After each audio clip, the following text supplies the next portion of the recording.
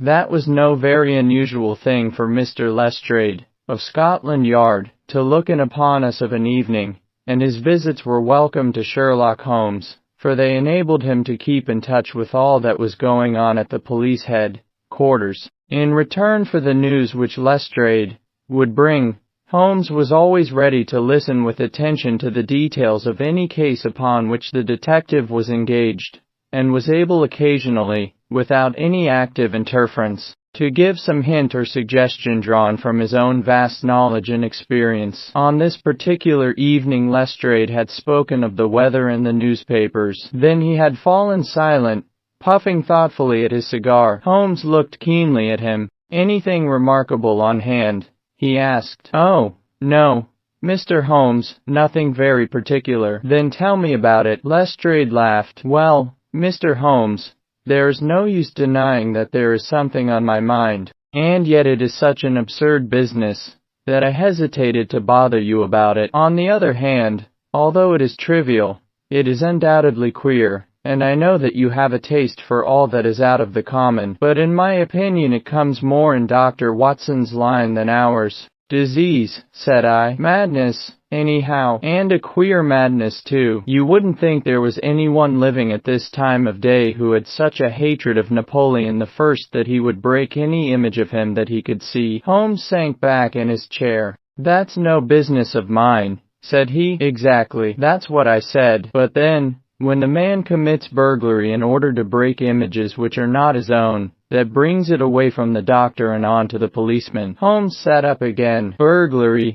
This is more interesting. Let me hear the details." Lestrade took out his official notebook and refreshed his memory from its pages. "The first case reported was 4 days ago," said he. "It was at the shop of Morse Hudson, who has a place for the sale of pictures and statues in the Kennington Road." The assistant had left the front shop for an instant when he heard a crash, and hurrying in he found a plaster bust of Napoleon, which stood, with several other works of art upon the counter, lying shivered into fragments. He rushed out into the road, but, although several passers-by declared that they had noticed a man run out of the shop, he could neither see anyone, nor could he find any means of identifying the rascal. It seemed to be one of those senseless acts of hooliganism which occur from time to time, and it was reported to the constable on the beat as such. The plaster cast was not worth more than a few shillings, and the whole affair appeared to be too childish for any particular investigation. The second case,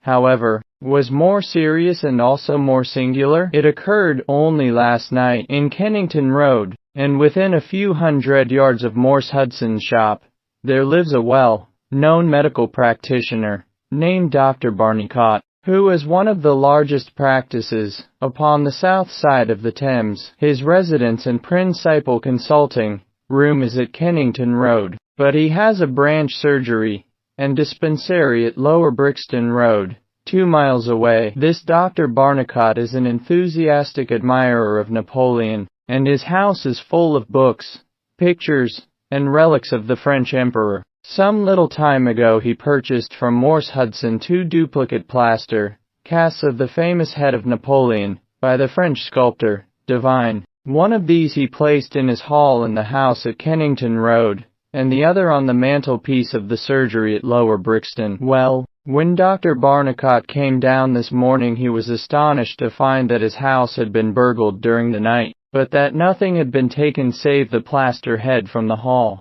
It had been carried out, and had been dashed savagely against the garden wall, under which its splintered fragments were discovered. Holmes rubbed his hands. "This is certainly very novel," said he. "I thought it would please you, but I have not got to the end yet." Dr. Barnicot was due at his surgery at 12 o'clock, and you can imagine his amazement when, on arriving there, he found that the window had been opened in the night, and that the broken pieces of his second bust were strewn all over the room. It had been smashed to atoms where it stood. In neither case were there any signs which could give us a clue as to the criminal or lunatic who had done the mischief. "Now, Mr. Holmes, you have got the facts. They are singular, not to say grotesque," said Holmes. "May I ask whether the 2 busts smashed in Dr. Barnicott's rooms were the exact duplicates of the one which was destroyed in Morse Hudson's shop. They were taken from the same mold. Such a fact must tell against the theory that the man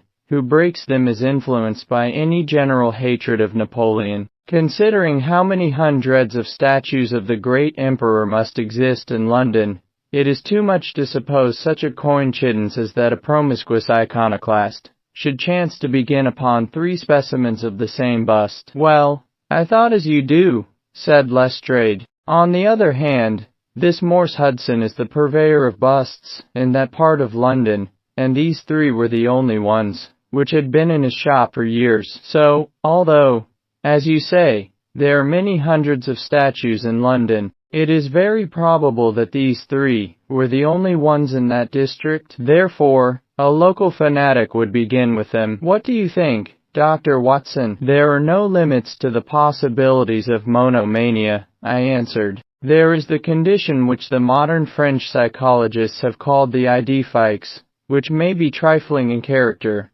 and accompanied by complete sanity in every other way. A man who had read deeply about Napoleon, or who had possibly received some hereditary family injury through the Great War, might conceivably form such an idée fixe, and under its influence be capable of any fantastic outrage." "That won't do, my dear Watson," said Holmes, shaking his head, "for no amount of idée fixe would enable your interesting monomaniac to find out where these busts were situated." "Well, how do you explain it?" "I don't attempt to do so. I would only observe that there is a certain method in the gentleman's eccentric proceedings. For example, in Dr. Barnicott's hall, where a sound might arouse the family, the bust was taken outside before being broken, whereas in the surgery, where there was less danger of an alarm, it was smashed where it stood. The affair seems absurdly trifling, and yet I dare call nothing trivial when I reflect that some of my most classic cases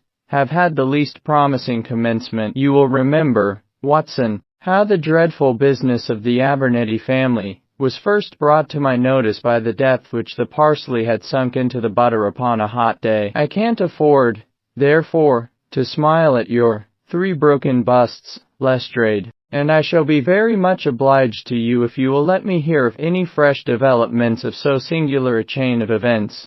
The development for which my friend had asked came in a quicker and an infinitely more tragic form than he could have imagined. I was still dressing in my bedroom next morning, when there was a tap at the door and Holmes entered, a telegram in his hand. He read it aloud. "Come instantly, 131, Pitt Street, Kensington." "Lestrade, what is it then?" I asked. "Don't know. Maybe anything, but I suspect it is the sequel of the story of the statues. In that case our friend, the image breaker, has begun operations in another quarter of London. There's coffee on the table, Watson, and I have a cab at the door." In half an hour we had reached Pitt Street, a quiet little backwater just beside one of the brisk estate currents of London life. No, 131 was one of a row, all flat-chested, respectable, and most unromantic dwellings. As we drove up we found the railings in front of the house lined by a curious crowd. Holmes whistled. "By George, it's attempted murder at the least. Nothing less will hold the London message, boy. There's a deed of violence indicated in that fellow's round shoulders and outstretched neck. What's this, Watson?" The top steps swilled down and the other ones dry. Footsteps enough. Anyhow, well, there's Lestrade at the front window, and we shall soon know all about it. The official received us with a very grave face, and showed us into a sitting room, where an exceedingly unkempt and agitated elderly man, clad in a flannel dressing gown, was pacing up and down. He was introduced to us as the owner of the house, Mr. Horace Harker, of the Central Press Syndicate. "It's the Napoleon bust business again," said Lestrade. "You seemed interested last night, Mr. Holmes, so I thought perhaps you would be glad to be present now that the affair has taken a very much graver turn." "What has it turned to, then?" "To murder, Mr. Harker. Will you tell these gentlemen exactly what has occurred?" The man in the dressing gown turned upon us with a most melancholy face. "It's an extraordinary thing," said he. That all my life I have been collecting other people's news, and now that a real piece of news has come my own way I am so confused and bothered that I can't